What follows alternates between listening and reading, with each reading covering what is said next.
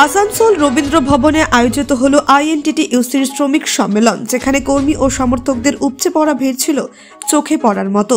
উপস্থিত ছিলেন সংগঠনের রাজ্য সভাপতি ঋতব্রত বন্দ্যোপাধ্যায়, মন্ত্রী মলয় ঘটক, পশ্চিম বর্ধমান জেলার তৃণমূল সভাপতি নরেন্দ্রনাথ চক্রবর্তী, জেলা আইএনটিটিইউসি সভাপতি অভিজিৎ ঘটক সহ অনেকে।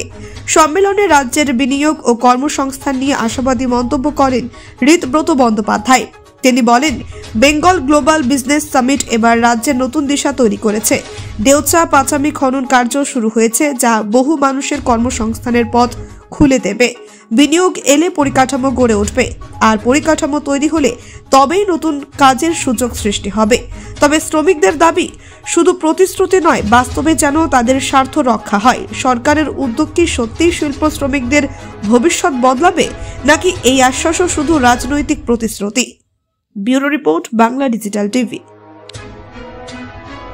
দেখুন, আলাদা করে 26-এর ভোটের প্রস্তুতির জন্য তো সম্মেলন নয়। এখানে আমাদের আইএনটিটিইউসির এই জেলা 365 দিনের সংগঠন, প্রতিদিনই কর্মসূচি লেগে থাকে এবং এখানে বড় বৃহৎ কর্মসূচি হয়, এবং যাতে পশ্চিম বর্ধমান জেলায় 2026-এর নির্বাচনে সমস্ত সিটেই তৃণমূল কংগ্রেসের প্রার্থীরা জিততে পারেন। মমতা বন্দ্যোপাধ্যায়ের নেতৃত্বে চতুর্থবারের সরকার গঠনের যে লড়াই, সেই লড়াইয়ে পশ্চিম বর্ধমানের মতো শিল্প নির্ভর জেলাতে আইএনটিটিইউসির বাড়তি ভূমিকা, গুরুত্ব যে থাকবে এটা তো স্বাভাবিক।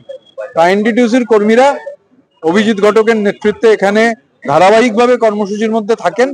সুতরাং এটা আলাদা করে 26-এর জন্য কর্মসূচি না, যেরকম রুটিন আমাদের কর্মসূচি হয় সেই রুটিন কর্মসূচি। কলকাতায় যে সম্মেলন হলো তাতে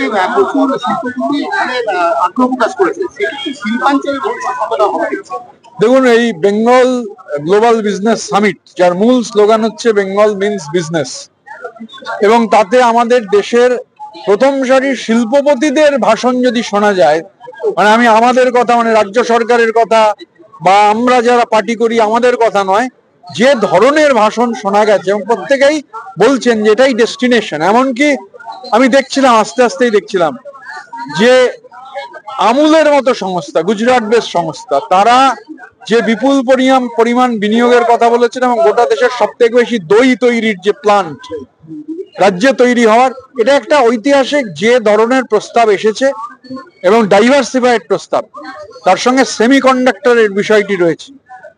স্বাভাবিকভাবে এটা রাজ্যের মানুষের জন্য অত্যন্ত উৎসাহব্যঞ্জক, এবং এই বেঙ্গল গ্লোবাল বিজনেস সামিট রাজ্যের ক্ষেত্রে একটা নতুন দিশা তৈরি করেছে। এবারে দেউচা পাচামি ইতিমধ্যেই তো খনন কার্য শুরু হয়েছে। এটা বিরাট, মানে এটা রাজ্যের জন্য প্রভাব সুদূর প্রসারী, বহু মানুষের কর্মসংস্থান, রাজ্যের উন্নয়ন।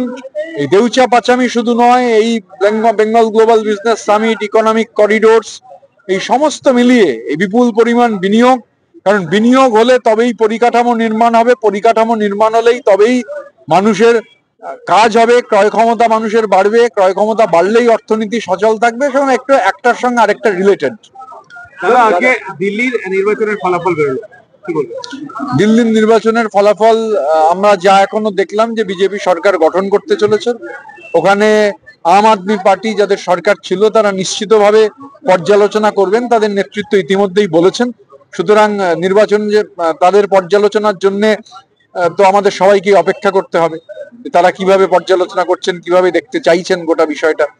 কিন্তু একটাও যেটা বললাম অলরেডি, আপনারা জানেন, পার্লামেন্টে প্রেসিডেন্টস অ্যাড্রেসের ওপর যে আলোচনা, তাতে আম আদমি পার্টির সঞ্জয় সিং তিনি ডিটেলস আকারে কিন্তু এই বিশেষ করে ভোটার বেড়ে যাওয়ার একটা প্যাটার্নের কথা উল্লেখ করেছিলেন।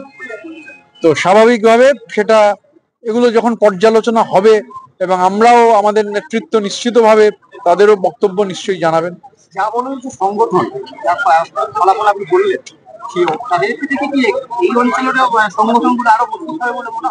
এটা একটা ওভারঅল প্রসেস, মানে 365 দিনের সংগঠন গড়ে তোলার একটা ধারাবাহিক প্রক্রিয়া।